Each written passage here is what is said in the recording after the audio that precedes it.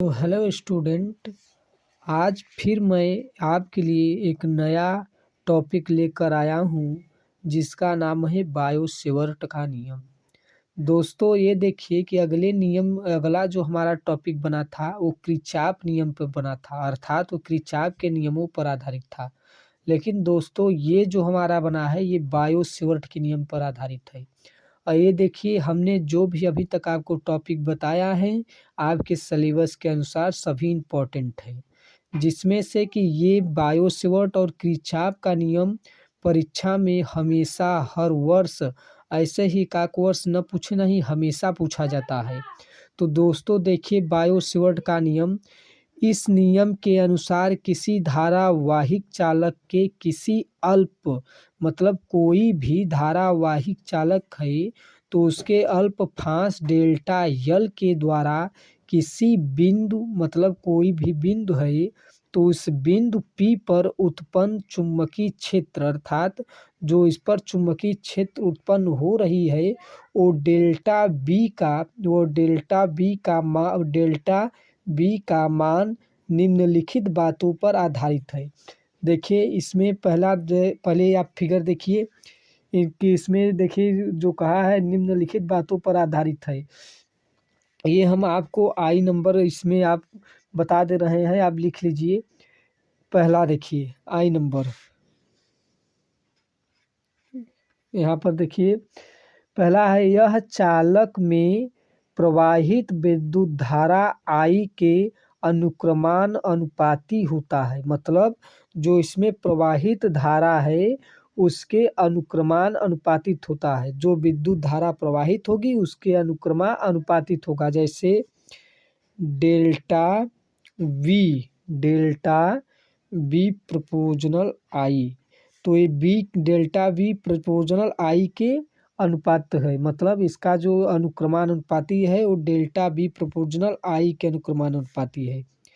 दूसरा आई नंबर देखिए यहाँ पर फिर क्या कहते हैं, यह चालक के किसी अल्पफांस की लंबाई मतलब जो इसके चालक की अल्पफांस की लंबाई है। देखिए अभी हम यहाँ पर बताए हैं कि अल्पफांस की लंबाई जो यहाँ पर है ये देखिए डेल्टा यल है।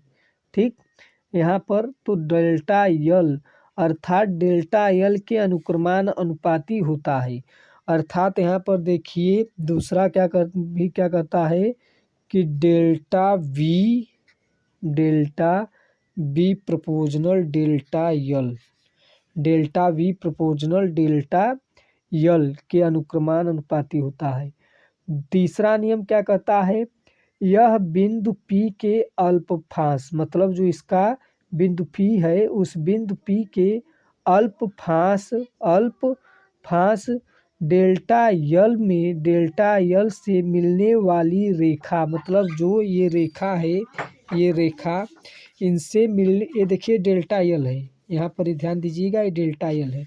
तो डेल्टा यल से मिलने वाली रेखा तथा अल्पफांस डेल्टा यल के बीच बनने कोण की ज्या मतलब साइन होती है। ठीक, ज्या मतलब साइन के अनुक्रमान अनुपाती होता है। अर्थात यहाँ पर देखिए हमारा जो तीसरा है ट्रिपल आई नंबर, यहाँ पर देखिए हमारा जो तीसरा है यहाँ पर ये तीसरा हमारा क्या है, यहाँ पर डेल्टा बी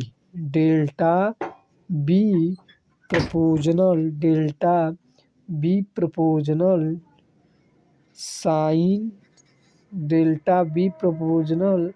साइन थीटा, ये इसके क्या है delta B proportional sine theta के अनुक्रमान अनुपाती है।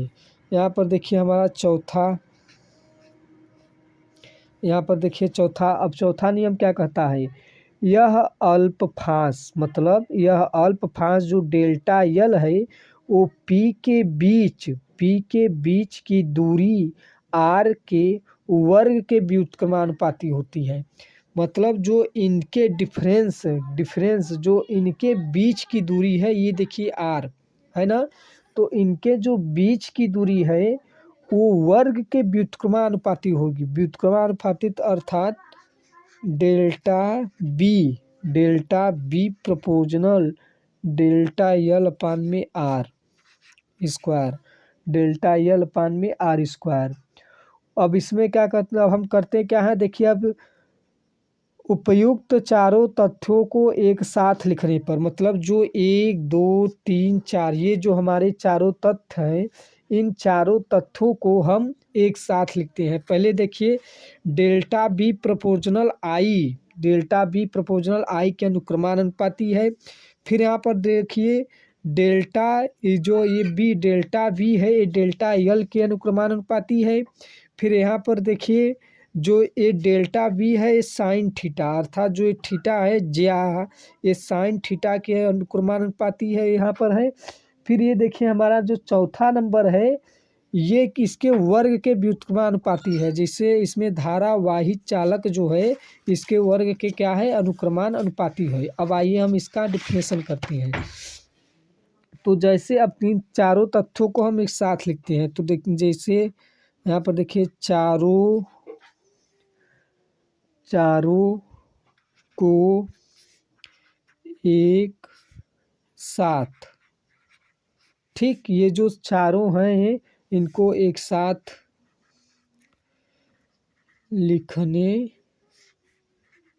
पर इन चारों तथ्यों को हम एक क्या करते हैं एक साथ लिखते हैं। अर्थात चारों तथ्य क्या हैं, पहले लिखते हैं डेल्टा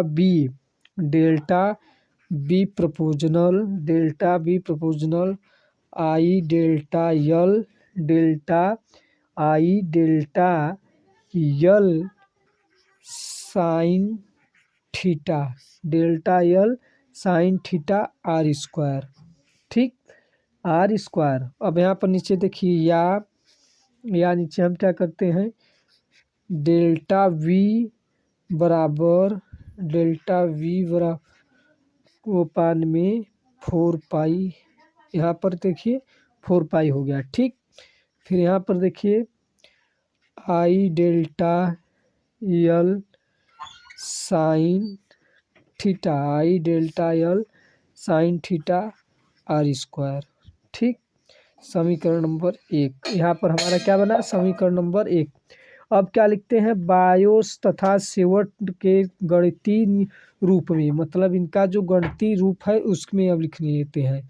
पहले हम यहाँ पर देखिए क्या करते हैं कि इसका जो मान है देखिए जैसे 4 पाई गुणित 10⁻⁻², ठीक, 10⁻⁻² अथवा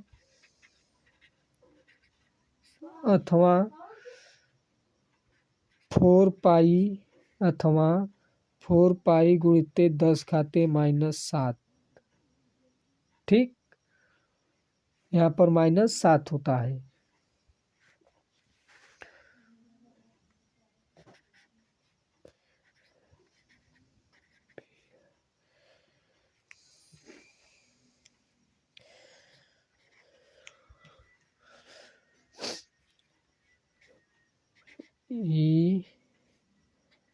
एम होता है, ठीक। इन्होंने क्या बताया देखिए पहला इसमें हमारा जो तथ्य था, देखिए यहाँ से हम आपको समझाते हैं। देखिए बायो-सेवर्ट के इस नियम, मतलब हम कहते हैं इस नियम के अनुसार किसी धारावाहिक चालक के किसी अल्पफास डेल्टा यल के द्वारा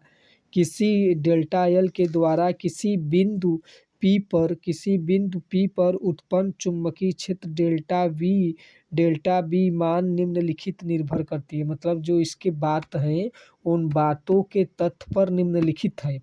पहला जो नियम देखिए डेल्टा आई, मतलब जो डेल्टा वी है इसे आई के प्रोपोर्शनल है।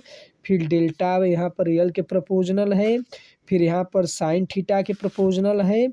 और फिर इसके बाद में यहाँ पर डेल्टा बी ये क्या है वर्ग के व्युत्क्रमानुपाती होता है, ठीक दोस्तों। अब यहाँ पर देखिए हम क्या करते हैं, यहाँ पर देखिए जब चारों को एक साथ लिखेंगे, मतलब जो इनके चारों तथ्य हैं उन्हें एक साथ हम लिखेंगे। Delta B proportional I delta L sine theta R square. अगर आप इतना भी लिखते हैं तो देखिए आपको नंबर मिलेगा। लेकिन यहाँ पर जैसे अगर 5 नंबर का क्वेश्चन पूछा जाएगा तो आपको जो तथ्य है उन तथ्यों को पूरा लिखना है। अब यहाँ पर देखिए जैसे हम डेल्टा बी बराबर लिख दिए ना, डेल्टा बी बराबर यहाँ पर देखिए जैसे 4 पाई है तो इसका देखिए यहाँ पर हमने क्या किया है, 4 पाई गुणित 10⁻−2, ठीक, इससे हमने किया है।